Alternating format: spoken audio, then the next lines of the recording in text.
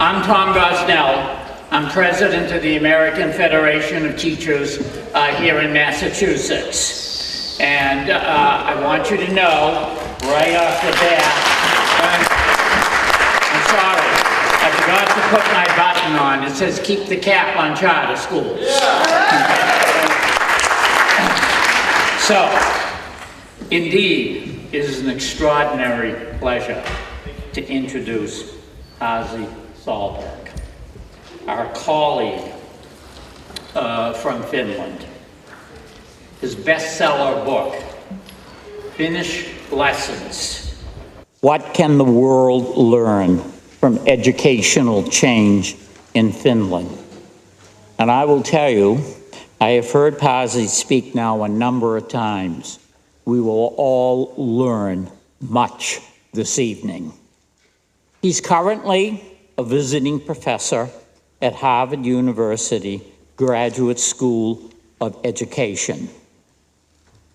And he's a visiting professor of practice at the university.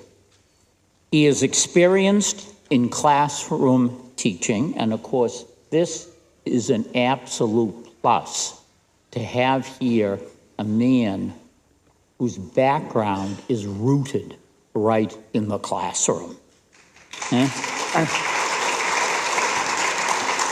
So he is experienced in classroom teaching, training teachers and leaders, coaching schools, and advising educational policymakers around the world.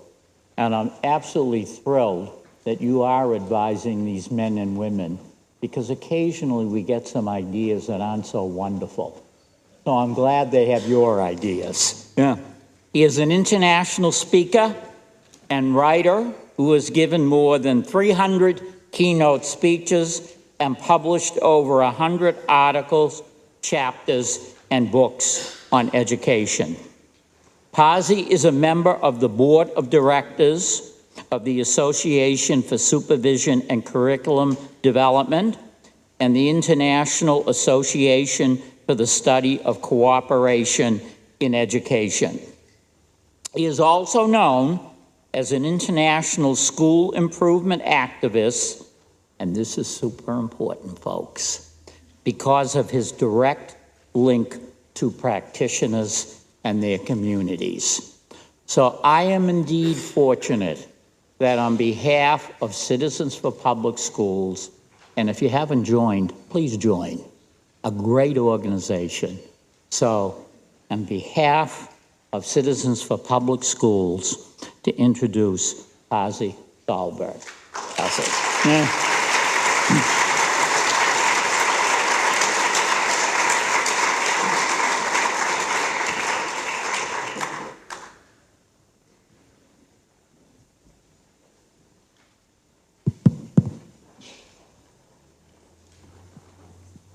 Well, good evening, everybody. How are you doing? So you're probably here because you couldn't get a ticket to the Bruins game.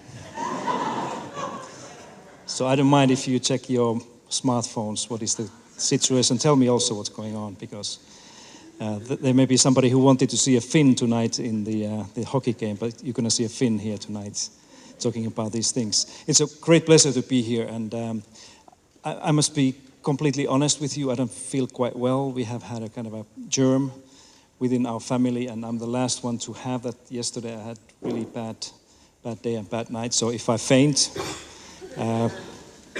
please take the mic and continue my message. But you know, this is the evening we're going to celebrate. This is not going to be anything like criticizing things and education, which is often the case when I attend meetings like this, that you hear a lot of criticism about this is bad and this is horrible and awful. I came here to bring you the message of hope and celebration from Finland, from our teachers and people who have been working there like myself. And my hope here tonight is that I'm able to leave you with some ideas, some new thinking about what is possible, not only what is wrong or what is bad. And and I will give you. There will be a lot of time for you to come up with the questions and comments. But let me start by first saying that this is a very particular moment in my life, particularly to be standing here before you in the United States of America, because exactly 100 years ago, in the spring 1914, my father's father, my grandfather, arrived in this country, like many other people from Scandinavia and from Finland, because they came to look for new life, better life. That was a time in Europe when the First World War was just about to start. Obviously, my grandfather was not that smart that he knew that this is going to happen. But Finland, that time, Finland was part of the Russian Empire, and he thought that this is the country where he will find not only the better living and job, but also better education. And I remember when I was a little boy like this, and my grandfather was still alive, that he was telling his stories about his life in New York and how he went to the Brooklyn Technical College or University there and became an engineer. And one lesson that he taught me was that, listen to this boy, America has great education. And this is how I grew up with the idea of United States being a kind of a place where education, kind of a mass education was born. And I think this is the heritage that you bring with yourselves. There are three things that if you want to hear what happened to my grandfather, when Finland became independent in 1917, and we decided to Russia to be the independent part of Finland, or however you want to put it. In early 1920s, my grandfather decided to come back to Finland to see his own father, who was getting old and ill, and there she was, my grandmother to be, walking in the street, blonde hair and blue eyes, and my grandfather saw her and said that this is it, I'm not going to go back to America anymore. So they got married, and then my father came, and a couple of sisters for him, and he sent an SMS back to Patterson, New Jersey, where he was working that time, that I'm not going to come back, that send my things, belongings. But he stayed as an American citizen until the Second World War. And that's why I feel very special here. Can you hear my voice all right? There was one meeting like this the other day, and I asked, can you hear me? And there was somebody in the back seat said that, no, but it doesn't matter.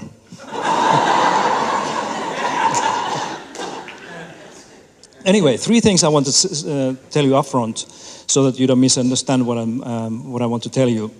The first one is that there's nobody in Finland, in my country. We have about 5.5 million people and 100,000 teachers who would claim that Finland has the best education system in the world. All those people who think that Finland has the best education system in the world are foreigners. And it's the same, by the way, it's the same thing with Shanghai, Singapore, and all the other high-performing education systems, that nobody in their own countries believes that they are or think that they are the best in the world. Because in Finland, we really don't care whether we are better than anybody else except probably Sweden. But otherwise, what most people really care about and where we are really good at in Finland, and what is very important for parents like you, is that we have a public school system that you can trust and rely on. And we have this survey that our treasury does every year, just like you do here, how many people trust the school system, and it's over 90% of our taxpayers who say that they can fully trust and rely on the school system. And that is, I can tell you, the most important thing for Finnish parents and people like myself, that we have a school system that you don't need to worry about. So nobody thinks that we have the best school system in the world. So take that kind of a myth away from your minds when you think about Finland as a nation. The other one is that I don't think that you can really take the Finnish model and mimic or imitate what Finland has been doing, or Shanghai, or South Korea, or Singapore, or any other country, and think that you can improve your school system here by doing exactly what Finland has been doing. I'm not here standing before you in this beautiful place tonight to try to tell you that if you just do what Finns has been doing with their own school system, everything will be fine. Education reforms and education models are very poor travelers. They want to be there in the country where they were created, and they love the culture where they were born. But as soon as you take these ideas away from where they were created, the problems begin. And that's why, if you read my book, when it was published here in the United States, I was insisting that there has to be this sticker in the back cover of the book saying that, don't try this at home. Because they may sound like great ideas, but just doing things that we have been doing is not a good idea. And thirdly, the third thing is that people who visit Finland from here, and now we have had a lot of visitors from the United States to see our schools, they often ask this question that, so where did Finnish teachers and schools get all these great ideas how to run a school and make learning powerful and get such a good results out of the system? And the answer is very simple, that most of these models and ideas and inspiration and innovation is from the United States of America. Isn't it amazing? So if you don't believe that the American ideas are not good enough for you, just come to Finland and you will see how the whole system is working. It's built on the American ideas, starting from the philosophies of John Dewey, the child-centered, problem-based learning ideas in the school system, and running through all the teaching methods. Even the classroom assessment and evaluation ideas, school leadership models are mostly from here, okay? So if you have anybody who is not confident that the American ideas are good enough, send those people to my country. I will host them, take them to sauna and, tell them all these secrets about how to make things work. Okay, are you still with me? Yeah. Are you checking the hockey game results? Not yet? Okay. So what I thought I will do with you, I'll speak about 3 things, and then we can have a conversation. And these 3 things, I'm not trying to explain to you why Finland has been able to, walk to the world map of education. It's very difficult to explain these things, that why any country is doing better or worse than others. I think it's something that we should not even try to do. I think what we should try to do instead is to see that, how and why we are doing things differently. There are many people who believe that Finland is become a kind of a poster child of education because we have been simply doing better the things that everybody else is trying to do. In other words, having better standards and having better standardized assessments and better teachers and curriculum and all these things. But that's not true with the case of Finland and with most of these high-performing countries. The key is that we are doing things in a very different way. Okay? And I'll try to speak a little bit about that if you don't mind, all right? So let me start by speaking about 3 unique aspects of Finnish education system, something that you don't probably find anywhere else in the world, but something that is typical and very important for the Finnish system. And often people say that these 3 things are included in these explanations, but I'm not going to go into that one right now. The first one is that Finland has a school system that is based on 9 years of compulsory comprehensive school that is same for all children. And there's no other education system in the world that has this much unified, universal school system where every child goes to the same type of school in their own neighborhood. So we don't have charter schools like you have. We don't have private schools that you can find in many other countries, or free schools, or very few alternative schools. We have some schools for those who want to have religious education, or those who favor Waldorf or Steiner pedagogy before anything else, but the number of these schools is very, very small. So most of the schools are within this comprehensive school, or basic school as we call it in Finland. And this thing was created about 40 years ago, and the idea behind this was when we had a private school, so they were all abolished and kind of amalgamated within this comprehensive school system. The idea was that we insisted that every school must be a good school. That it's not enough for the small country like ours that some schools are good schools. We wanted to have all of these schools great schools.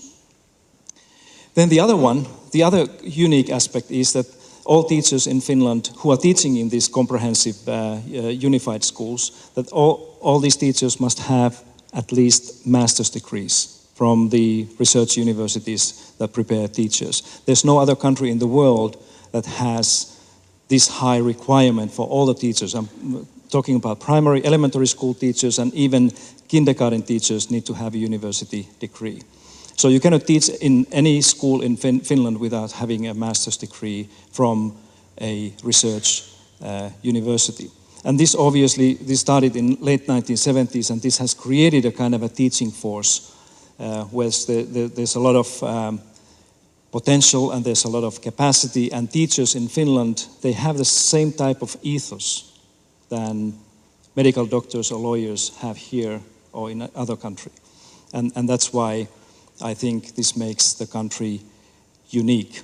And now when we heard about the AFT here also, people often ask me that, so how many of these highly professional teachers in Finland are unionized? How many of them belong to the union? We have about 96% of our teachers voluntarily belonging to a national teacher union. There's one teacher union in Finland. And it's, for many of our teachers, it's a kind of their own will to belong to this professional association together with their colleagues rather than doing something else. Then the third unique aspect of Finnish education system that is not directly linked to the K-12 education, but it's very interesting, and you cannot find this actually in too many countries anymore, is that all education is publicly funded in Finland, including higher education. So people never pay anything about their college or universities, even the PhD studies are free of charge. And obviously, if you think about having your students educated or your own children educated in this type of system, it makes a big difference when you don't need to worry about who is paying for my college or who is paying the tuition of my whatever studies I'm going to have. So we have all our children until the end of the high school educated free, and then they know that they will have a free education afterwards. What do you think about this? And let me add something more. If there's anybody in this room now who has a trouble of financing your children's higher education in a good university, I can tell you one thing, that the university education is free also for American children in Finland. So you can just send them there in numbers and we'll take care of the education. We consider education to be a basic human right. It's actually a constitutional right in Finland, saying that education is public. And by saying, constitution saying that education is public means that it's free, but also that it's open to public, that anybody can, this is the Finnish form of accountability, is that education is public, that anybody, any taxpayer or parent can go and sit down in any classroom or lecture hall or university and see what's going on there with his or her own eyes to see whether this is worth of the tax money that they are paying. So these are the three things that, I don't know how many of you knew about these things, but these are the kind of a unique aspects of the Finnish school system. And my next set of three things will be about three paradoxes. Paradox is something that seems to be true and doesn't make any sense at the same time. You know what I mean? That it seems like it's a kind of a real statement, but there's something wrong with it. And I'm going to tell you three aspects that actually explain a little bit better the Finnish, the kind of the spirit of Finnish education system than trying to do it through logic.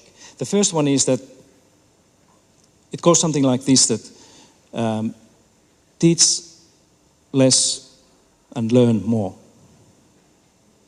Teach less and learn more. And this is something that some of the Asian education systems have also adopted. Like if you go to Singapore, for example, or Japan, they are also speaking about the same thing, that by teaching less, we are actually able to get more learning in our classrooms. And what does it mean in Finnish case? First of all, the Finnish children start schooling when they are 7. Okay? In most other countries, Children go to school when they're 6 or 5 or 4, or in some places even 3 years old. They start formal learning. But in Finland, it starts at the age of 7, okay?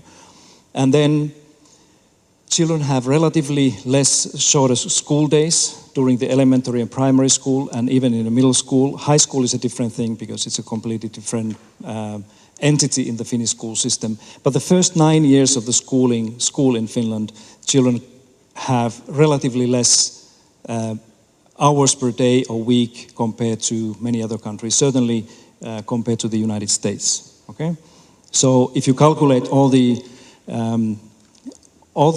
compulsory instruction hours of Finnish children by they are 15 years old, the difference between Finland and the United States is about 3 years in favor of American children. So American 15-year-olds have had about 3 years more formal schooling by the age of 15.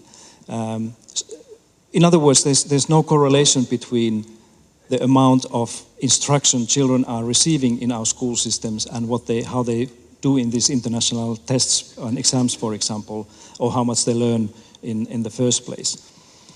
The same thing is with the teachers as well. Teach less, learn more means that in Finland teachers also teach relatively fewer hours a week or year than here in the United States. Okay, I often estimate that if you take the high school teacher in Finland and a high school teacher here in the United States, the Finnish teachers have about 40% less teaching hours in their calendar compared to the teachers here in the United States. So what do you think they do with this 40% or 2 hours a day that they have less teaching time compared to the American teachers? They plan together, right? Okay. They talk about their students, they talk about learning, they work on the special needs children in their school and many other things that correct me if I'm wrong, but many high schools here in the United States have so overpacked teaching schedules for teachers that they don't have anything else to do but go to the classroom and serve their pupils and students, which is obviously the most important thing that any teacher should do. But the way we think about this in Finland is that unless you give your teachers time to work together with other teachers, they will never be like lawyers or doctors who have a lot of time to plan and talk about the operation that they're going to do tomorrow as a team, or the lawyers who are working together with other lawyers on the case that they're going to have next week in the courthouse.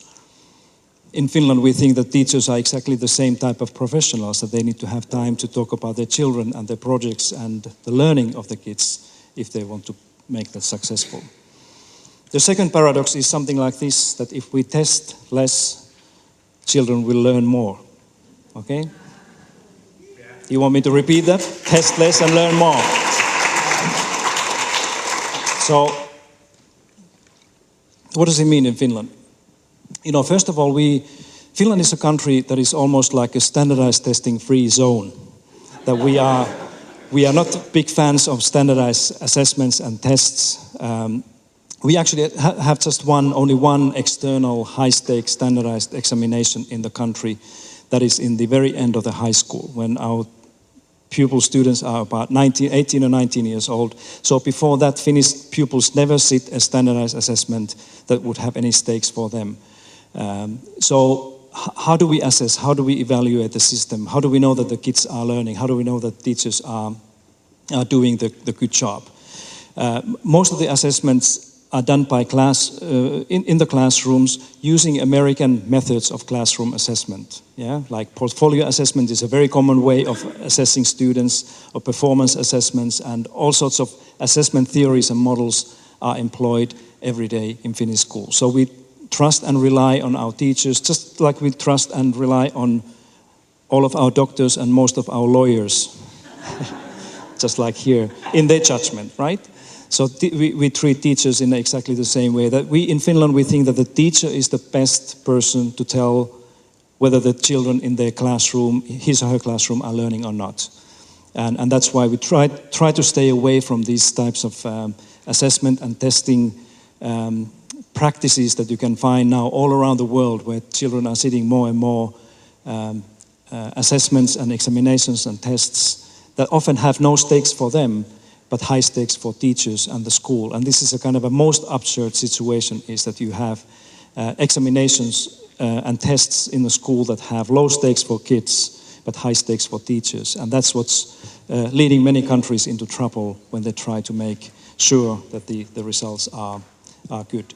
So we have a lot of data and information about students' learning, but it's not coming through the standardized kind of a testing companies or assessments. This data is immediately at the disposal of teachers in each and every school that they can use for their own work to make sure that they can fix these problems that these assessments often indicate for the teachers. So that's why in Finland we say that if you test less, you will have more time to learn and you can focus on real learning and real things rather than spending time on preparing children for tests. In the Asian Far East Asian countries, you see a lot of private tutoring going on right now, and that's why South Korea and Singapore and Shanghai and Japan, they are beating United States in the educational game 6-0.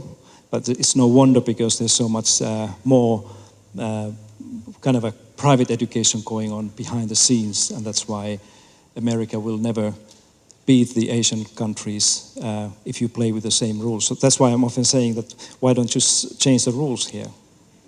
You know, find a new way to compete. Take the creativity and innovation or tolerance or teamwork, arts and music and all these things that are powerful things here in the United States, and try to see how many countries can beat you in this. And I bet that you would be very close to top of the world if you do like this. Then my final and last paradox here is something that could be stated like something like this: that the better the high school graduate in Finland is, the most likely it is that he or she will become a primary school teacher.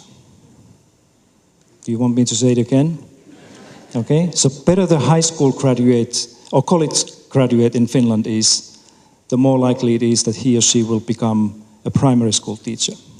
Okay, and let me tell you a little story about my niece, my sister's daughter. When she was leaving, she was one of those high school graduates at the age of about 19, some 7-8 years ago, and she gave me a call in the spring. It was about this time when the results from the Finnish high school leaving examination had just arrived.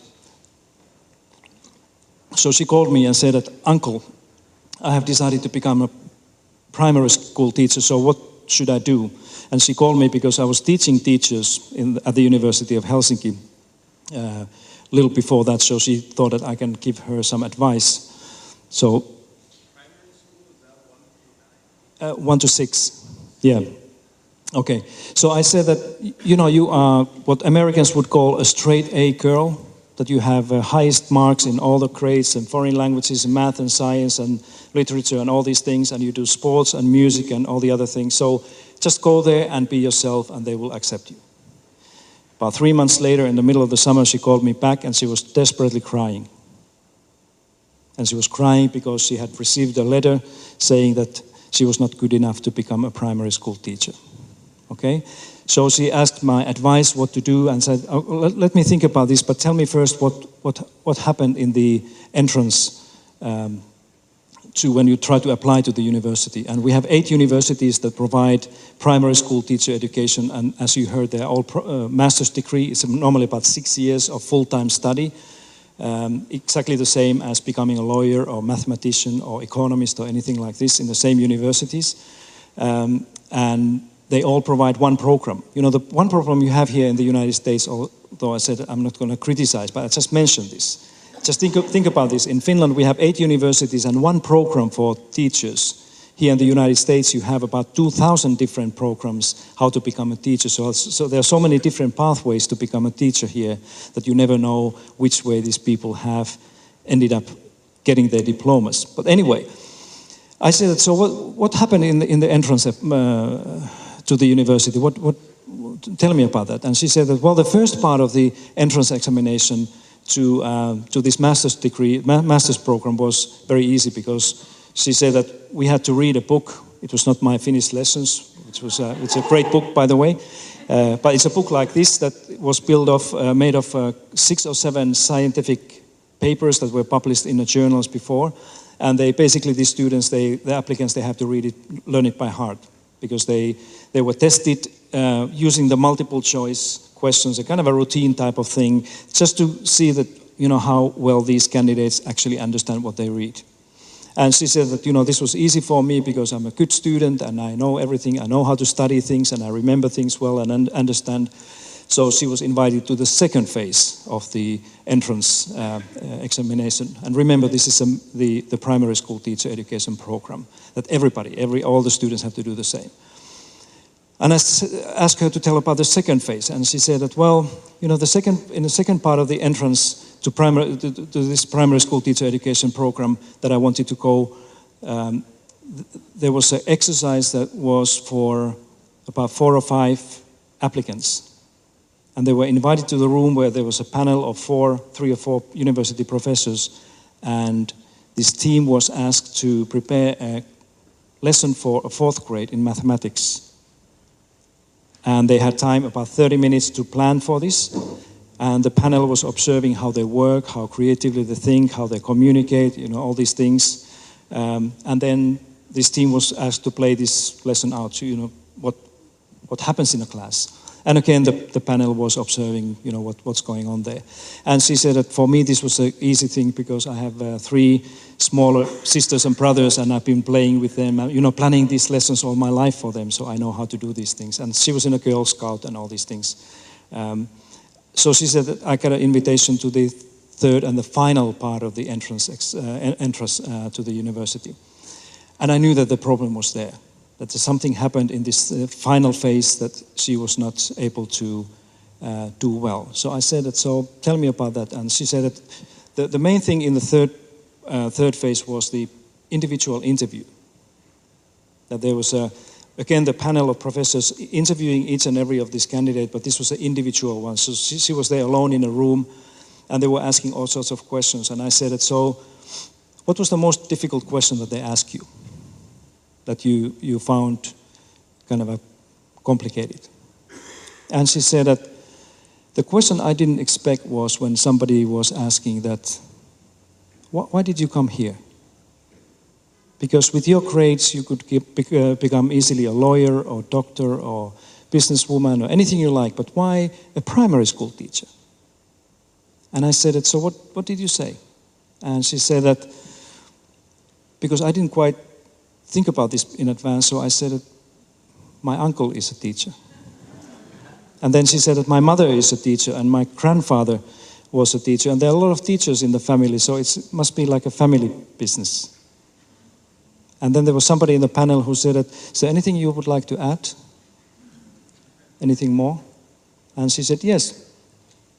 And then she made a mistake. She said that, I love children. Of course you love children if you try to apply to primary school education. So you don't need to say that. And I've been sitting in this panel several times, and every time when the candidate says that I love children or I like to work with the little kids, it means that you really don't know what you're talking about. So you have to tell me more about this thing. But she couldn't. And she said that, this is it. And this is why she was rejected. Okay? And there are 10 times more applicants every year in Finland into these programs that she was applying to. So all these universities, they have a privilege to turn away these kids that would be wonderful teachers anywhere else, but not in Finland. Okay? So they can only, the universities like my university in Helsinki only selects those who are absolutely sure that they understand what it is to teach, what it is to be a teacher. How do you know that? You know that by being a teacher for a while. Or then you really have to have some other insight. So she asked me that, so tell me what to do. How can I get there? And I said that probably the best thing for you to do is to go and work as a teaching assistant for a year and go to one of the primary schools in Helsinki and see how it is. And if you still think in the next spring that this is really what I want to do in my life, the rest of my life, apply again. If they ask the same question, talk about it and see how you tell them, how you felt about being a teacher and so on. And this is exactly what she did, and she applied again, and this is exactly the question they asked her again, and this was exactly the answer that she gave, and she was accepted. And now she graduated a couple of years ago, and she will be one of those thousands of teachers in Finland who will never leave. She will be there until she retires, okay? And you know, this is something that most people don't understand about Finland. Here in the United States, the most common the kind of a length of experience of American teachers at this time is 1 year, okay? So the first year teachers represent the most kind of a most common teaching experience in this country. And many of the teachers, right, this country leaves before the end of the 5th year, okay? In Finland, practically nobody leaves that time. So we have had this privilege now for the last 25 years that we have these young people going into the school system and they stay there, okay? They stay there long enough to become great teachers. And I'm one of the Finnish teachers, and I know, like probably many in this room, that you need a long time to practice to become great, right? You are not a great teacher after first year, second year, third year, even 5th year of your teaching, right? That you need to be there in a school, and I'm not only talking about the classroom, I'm also talking about working with adults, working with parents and other teachers and the principal and superintendent, these people that are part of your work. And if you only stay in a school for 2 or 3 years, you will never learn these things. You just pass by and say goodbye and do something else. So that's one of the strengths in Finnish system, that we have these wonderful, great young minds who stay there, who want to dedicate their lives to teaching young children and build this potential and capital. So let me leave you with 3 ideas that I thought about when I was coming here, that I think Massachusetts could learn from the Finnish experience or the international experience. And first one of them, I often hear when I've been meeting the commissioner Chester here and many other education leaders in the state, and I often hear people saying that, hey, but Massachusetts is like Finland. Just look at the TIMSS and PISA scores, and Massachusetts and Finland are at the same level there. I said, yes, sir, the test scores may be at the same level, but the educational performance is very different here compared to Finland, for example.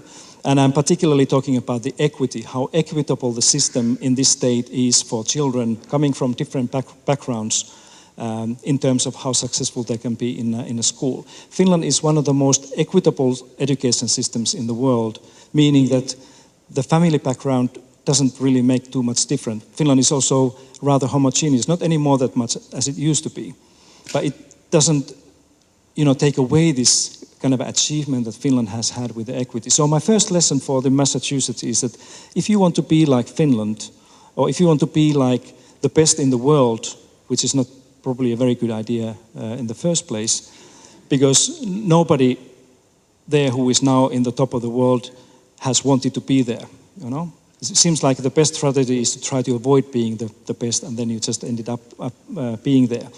But my first lesson for this state is that maybe you should put the equity in a kind of a driver's seat in your education policy and reform here, rather than trying to raise the standards and always compete against other states and other countries with the test scores.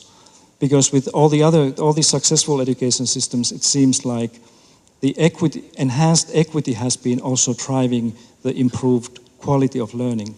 And it's an interesting law if this is how it is. But my first lesson here is that take a look at what the successful education systems have been doing with enhancing equity and try to create the policies for that.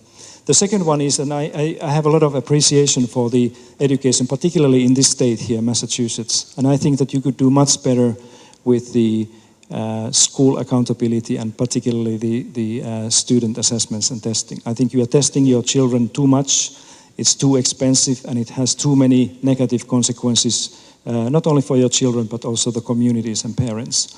And there's no reason that I can find why Massachusetts couldn't be the first state in the United States to create a completely new accountability 2.0, a new modern way of thinking about assessing and holding schools responsible and accountable for what they do. You could save a lot of money, you could take some of the hundreds of millions of dollars of money that you spend every year on testing children to spend that money on special education and helping those who need to do better so that you can get your test scores up. This is something that, thank you, this is something that Finnish people don't, it's very difficult for us to understand that why do you people spend so much resources on just measuring things when you know that the problem is not about that. It's not going to, in Finland we say that by weighing the pig doesn't make it any fatter. So it doesn't matter how many times you weigh a thing, it doesn't improve. And the performance doesn't really improve. Take some of the money and use it for, improving things. And finally, ladies and gentlemen, I would like to leave you with this lesson particularly from Finland. And it's a very simple one. It says that our children must play. Yeah. And, this is something that often in this wonderful country that breaks my heart. When I go to see schools, and I see schools where there are no recess anymore. Or there are schools where they have this 3-minute recess policy, where kids don't go out, but they just have a couple of minutes to switch to another class or receive another teacher. I have seen schools and school districts here where they do not really do any physical education anymore, and very limited access to arts and music and drama, all these fun things that are more closely related to play. In many places I hear educators and policymakers speaking about the homework standard, at least 2 hours homework every day. That will keep our children busy and focus on these things. I think it's the wrong way to go. I think we have to take this seriously, the International Declaration of the Rights of the Child that says, that if you read the Article 7, it says beautifully that we have to respect all children's right to play and give it the same status as education. And it also says that the authorities and the public has to be held accountable for preserving that right for children. Now, if you look at the map of the ADHD prevalence here in the United States, ADHD is an attention disorder deficit, something like this, that you cannot, the kids who have to move to think. You have about 12% of your boys between 3 and 17 years old diagnosed as having ADHD, and most of them are under medication in drugs. Okay? I think ADHD probably exists, but most of these kids are suffering from something that we called a childhood. And it will go over when you get older. But seriously speaking, I think that we could help your children a lot by returning play into the schools, just by doing what Finland is doing. We have in our legislation, we have a law that says that each lesson is 60 minutes, of which 15 minutes has to be given to children for their own time. Every day, every time, every class. Okay? So they have 15 minutes to go out and play and do whatever they want to do. And I think that's a great model for those American schools that have stolen the time from children to play and be children. Thank you very much.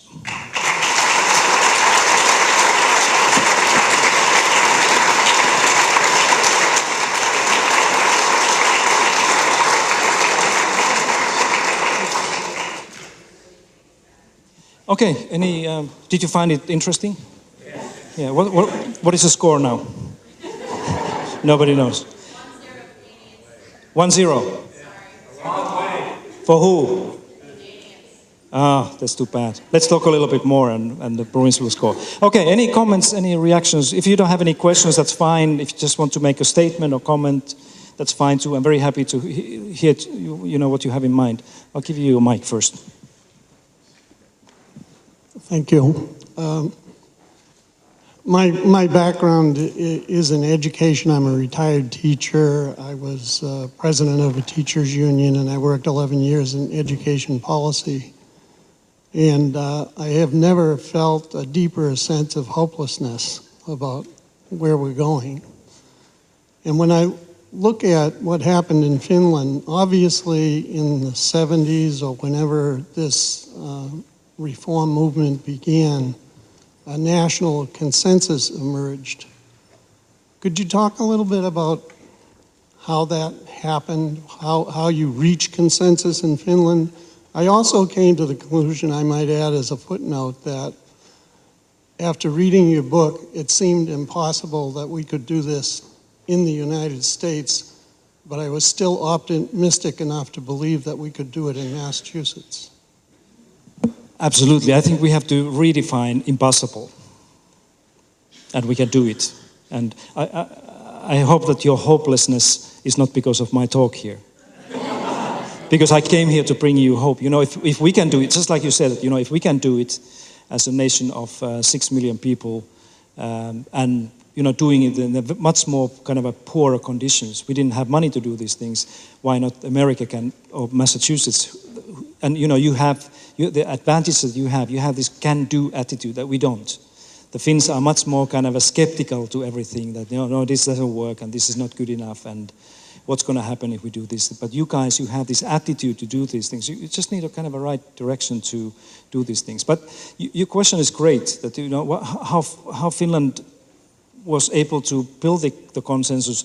The answer is unfortunately a very long one, because we have to speak about the geopolitical situation that the country had in 1960s. But the long story short, you know, Finland is situated, those who don't know where we are between the great Soviet Union or Russia nowadays in the east, and then the whole Western world, Sweden, Norway, and then the United States in the west, okay? And, you know, our identity in Finland is a little bit like we are not quite sure who we are. We used to say that we are not Swedes, and we don't want to become Russians, so let's be Finns. But we don't know quite, you know, what this to be a Finn means. But it has meant for us that we have had to somehow, regardless of the political aspirations that people have, for a long time, that when things get really serious in Finland, and things are getting quite serious right now because of the economic situation and many other things, that we lost Nokia and many other things, that you can see that, you know, we have less and less of these kind of a political requirements in the political parties when it comes to really serious stuff. And in the 1960s, early 1970s, we had this situation where the country really had to ask that, okay, so if we really want to be like Sweden and England and Norway and United States, you know, the many people were admiring this country. How can we do that? By having this huge Soviet Union there in the east that probably wants to occupy us one day. And we didn't want to kind of build this on having a huge military, or we even didn't think that we will get the kind of alliance with those who have a huge military. We had a smarter solution. We said that we have to be smart. Okay, we don't have any oil or gas or anything in our soil. Our land is frozen about 8 months a year. So we had a really little hope in this country in the 1960s when we were thinking about what is the best way to be like the rest of the West. And then the solution came, it's education. It's, you know, this is what we have to cultivate. And not only, you know, the debate in our country there is a debate in many other countries right now, is it enough to educate just some people? You know, select those who are smarter than the others and give them the best education, and then they will become the leaders and elites. Or should we educate everybody? And this was a debate that the political parties were having. And at some point, it cracked, and people said that we need to educate everyone, every single person in the country, because that will be the best guarantee that we will stay free and independent and will become prosperous. So that's where all this started, this kind of a realization that we need education to keep this country going. And then all these kind of technical solutions, you know, how the school system should look like and where the teachers are trained and what is the curriculum, those were kind of details. But this main kind of a vision that we built in the late 1960s and 70s is something that is still sparking, still kind of giving light to educators. And that's, by the way, one thing that I find here in the United States and many other countries kind of interesting is that you don't seem to have this common view on what is the purpose of education. Why do we have schools? I go to one meeting and people say that school system here in America is to produce labor force, people for the industry or something else. Some others say that no, we prepare everybody for college. 100% college readiness, this is a kind of a purpose of schooling. Some people talk about civil rights and some people talk about this and that. But in Finland, I think what we were able to do in the 1960s and 70s is to bring everybody together and say that this is where we need the education system, to cultivate and educate every individual in a way that will be good for the whole community and society. And that is the Finnish way. I think that's very difficult to replicate in a political system like in the United States, where you have basically two parties. And the problem I see here, the political problem, is that when the new administration comes, they clean everything. They take the whole table clean, you know what I mean? And they bring their own people and all education reforms and on this and that, and then they start from the scratch. And 8 years later, or 4 years later sometimes, everything changes again. This hasn't happened in Finland for the last 40 years. And that's the Finnish way. Yeah. I'm curious what kids' lives are like 1 to 7 before they go to school. What children do before they go to school? They play a lot. So, you know, we have one thing we have is that parents have approximately 12 months parental leave, so that one of the parents, normally it's a mother, who can stay home with the full paid. And then the next 2 years from a child's life, it's year 1 to, I'll stand here.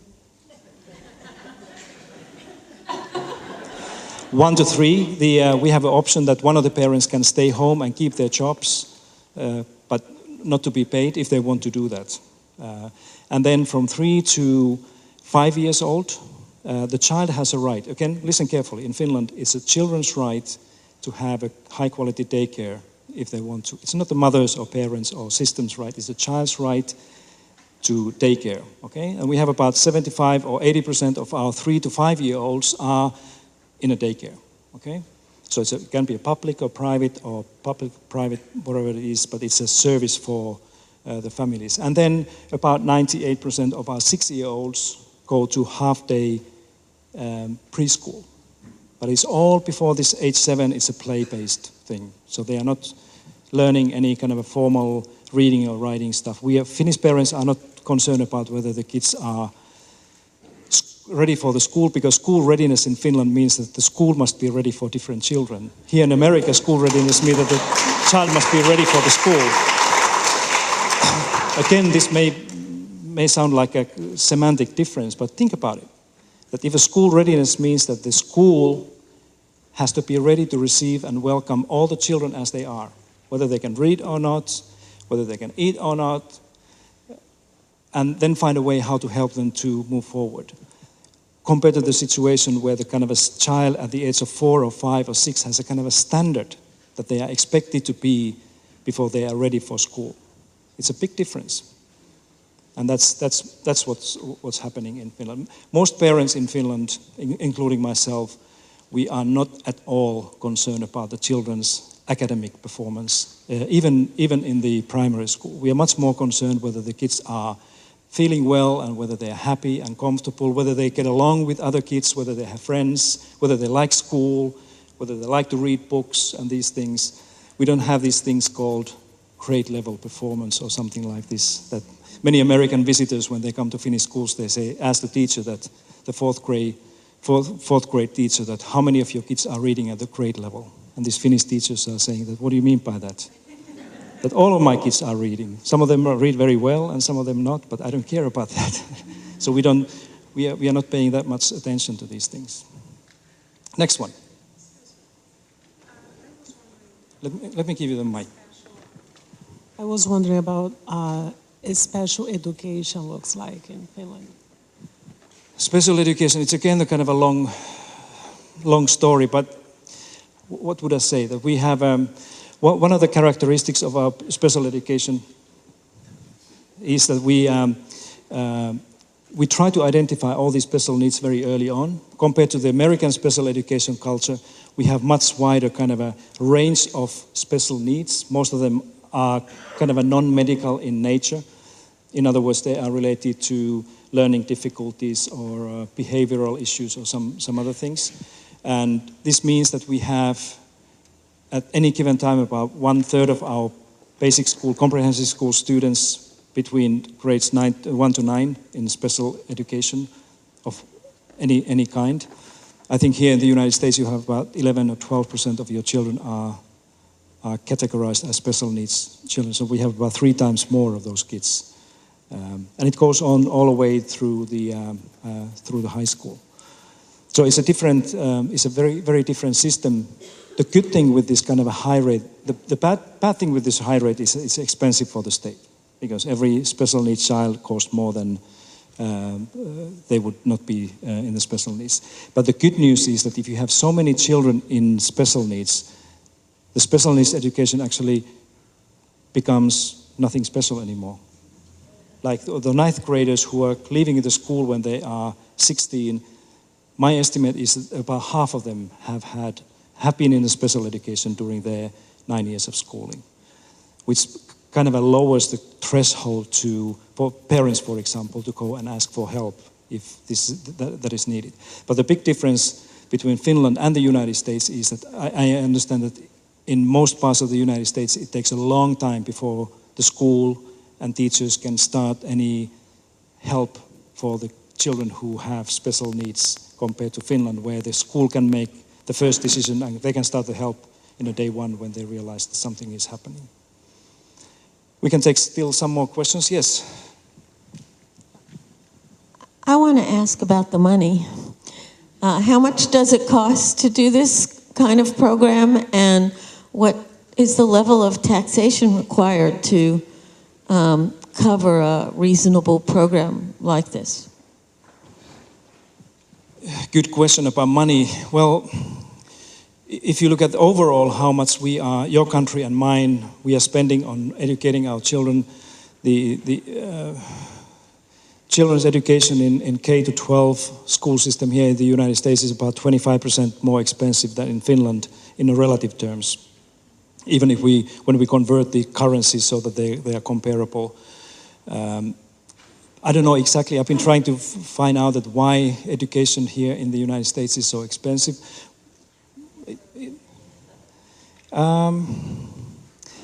Some people tell me that it's because of the lack of healthcare and social security here that is kind of increasing the personal cost of the system.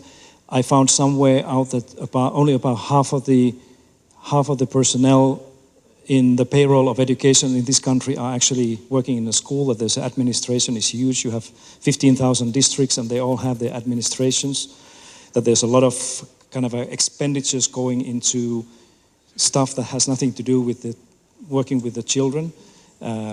Some people say that it's about the transportation. The Boston, I don't know how many of you are working for the Boston public schools. I just learned that the city is spending $100 million every year for yellow buses, $100 million a year. Whereas in Finland, Helsinki, for example, that is about the same size as Boston, we don't have any yellow bus system because it's all done by public transportation. The interesting thing in Finland is that in all the cities, the public transportation system has been planned and designed according to the schools where they are and where the kids are living. So the public transportation is serving two purposes: transporting kids safely to school, and then also serving the public and the citizens when they want to do something else. But here you have many of these systems, I think, in the United States that you have to kind of do twice or 3 times, and that's why it gets kind of costly. About the tax rate, 20 years ago, I would have had to admit that, yes, the income tax rate in Finland and Sweden and Norway is fairly high. People were complaining about the high taxation, but now I can tell you one thing, my personal thing. When I moved here from Helsinki, the proportion of my income that goes to the federal and state taxes here is much higher than in Finland. So I pay much more taxes here than I paid in Helsinki. It may be just because of me. but this is the thing. But the fact is that the income taxation level in all the Nordic countries has decreased because we have converted some of the taxes now into indirect, like a value-added taxes and something like this. But it's still, in Europe, we are still the countries that have one of the highest tax rates. But the interesting thing for this is that, unlike here in the United States, where there are a lot of people who complain about high tax rates, and I don't understand why you do that, but in Finland and Sweden and Norway, there are very, very few people who seriously complain, say that I'm paying too much taxes, because we get so much out of that. All the education, including higher education, healthcare, roads, all these things are covered, part of the tax money that we pay. I was a very happy taxpayer even when I was in Finland, because I knew that I get a good daycare and education and health. I don't need to worry about those things that are taking so much time of the American people's and families' times. I remember when I lived 5 years in Washington, D.C. previously, but I'm fine now. And and one of the first things there I realized was that when my great friends there, they started to invite us for kind of a social gatherings and dinners and lunches. It took about 10 minutes in almost every meeting before people started to talk about their children's education and their college fees and all these things. And I asked them that, why do you spend your time on talking about these? I understand that it's important, but why to worry about these things? Because we should have fun and talk about football and ice hockey and these things. But then I understood that this is so close to many Americans' lives, these kind of concrete things like healthcare and education and all these things that I didn't understand this before. That in Finland we never need to worry about those things because we take it as granted, something that is there. So that's why I think we have been able to spend time for much more fun things than worry about those important things. Now I'm going to go back here and take a couple of questions here, and then I think there will be some others talking, right? What is the schedule? Can we still? I think we should take the schedule. Okay, I'll take. Okay. Straight detail questions. The percentage of males in teaching and comparison of teacher salaries with the doctors and lawyers you talked about. I think the gender imbalance is about the same as here, that if you go to primary schools, I guess here in America you have about 75-80% are female, right? Primary school teachers. Then in middle school is a little bit less, and in high school teachers we have probably about 60% female and 40% male, something like this. Interestingly, if you look at the school principals, the heads of the school, then most of the high school principals are male. So that's where the difference is. Your second question was about the salary. Well, it's an interesting question. If you take the lawyers and doctors in a private, we have a lot of private clinics and private law firms, obviously just like you have here. If you work for the private medical clinic or law firm, your salary can be twice as much as working as a high school math or language teacher. But if you go and work as a lawyer in our Department of Education, for example, then your salary will likely to be less there than a high school teacher would earn.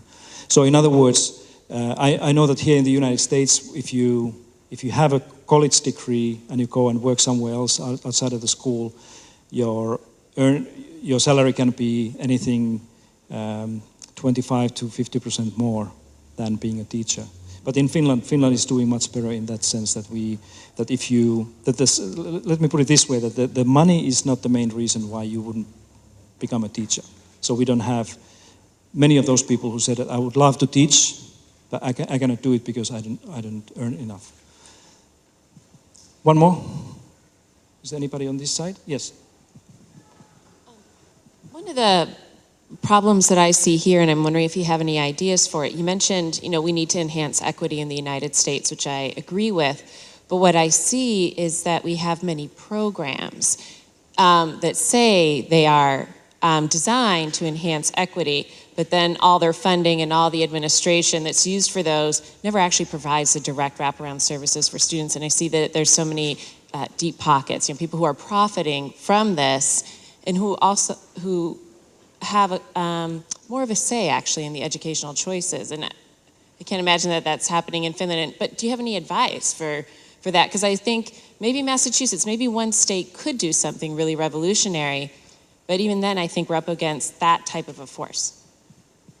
Yeah, I think this is a great last question. I think you cannot, if you take equity seriously, as I said, in this state or in the United States, you cannot do it through programs. Equity is not something that you do a project and you fix the equity.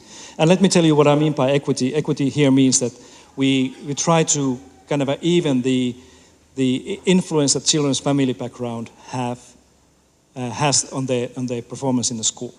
So that's something that the programs don't help.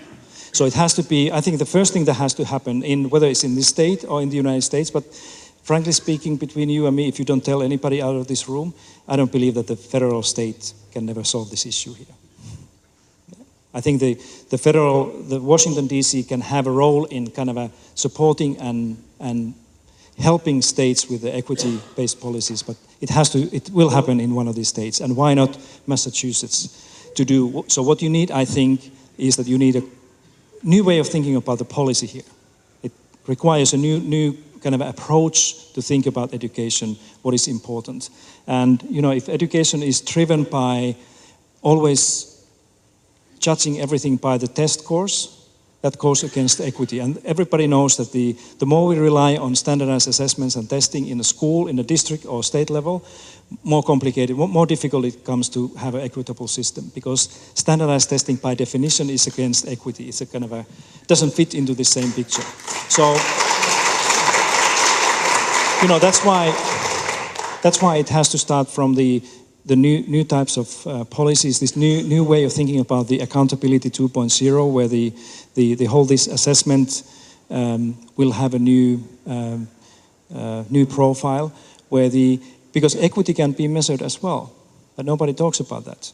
And we have international data about the equity in different countries, but nobody's interested in these things. So why not this state becoming the first one in the United States that is really beginning to systematically collect the data about how equitable the system is, how different children from different families and backgrounds are able to be successful in the school system, and then compare countries if the states using this one.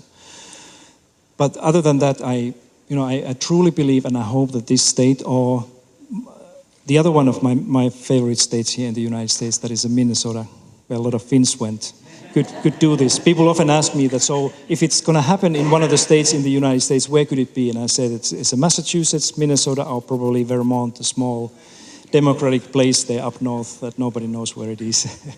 But let me close this by thanking you very much for this. And since this is a great hockey night tonight, I don't know what's happening there in Boston, but there's a great saying by one of the famous hockey players. It's about what distinguishes good hockey player and great hockey player. Have you heard about this? And it's so telling for education, because it says that a good hockey player plays where the puck is, and a great hockey player plays where the puck is going to be. And I think that this is a good lesson for us in education as well, that if we always think about, if we always play in education just where the puck is, we're always going to lose we're never going to be great. But somehow we have to see here in Massachusetts and in Finland that what is going to be the next thing, and try to do things so that we're going to be there when the time comes. And this has been one of the strengths in Finland, that somehow in the 1970s and 60s, we saw what was coming, and we were able to kind of be in the place where the puck is going to be in the future. But we have to do this every day. That's the kind of a thing that the game is changing all the time, and we have to find this place every day. And with this, I thank you once again, and I wish you all the best. Thank you.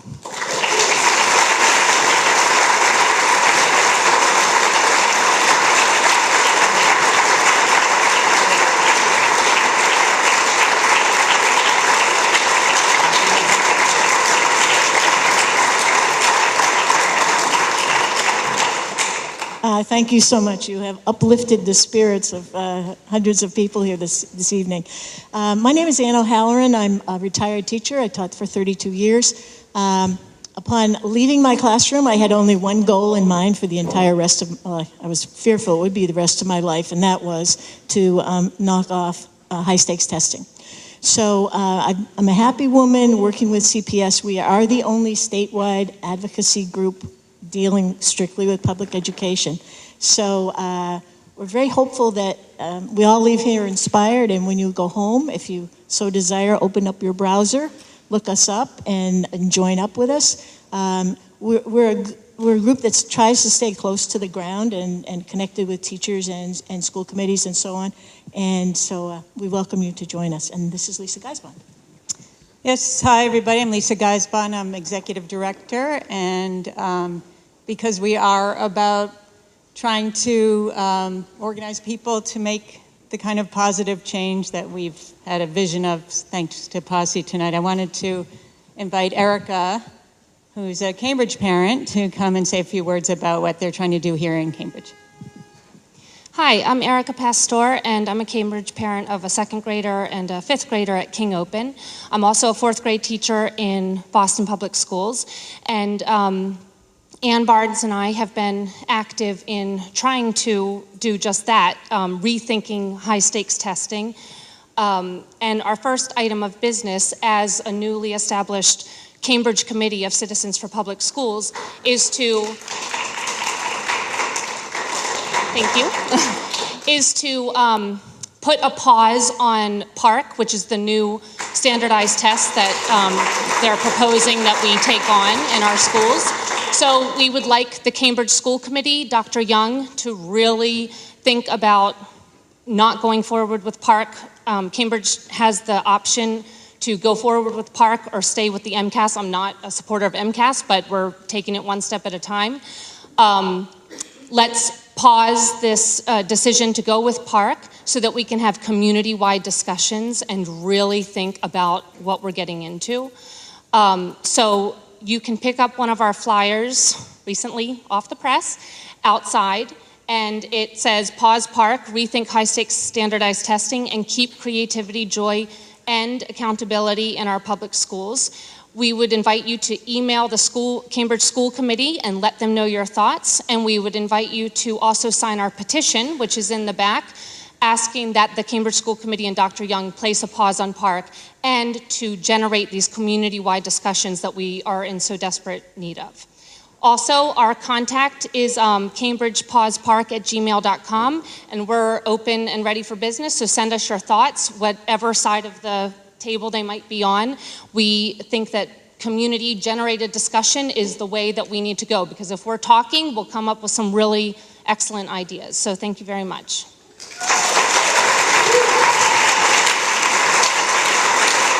Okay, before everybody leaves, I just want to say that there are Pasi's books here for sale, and I think Pasi's willing to sign some books for you. So come on up.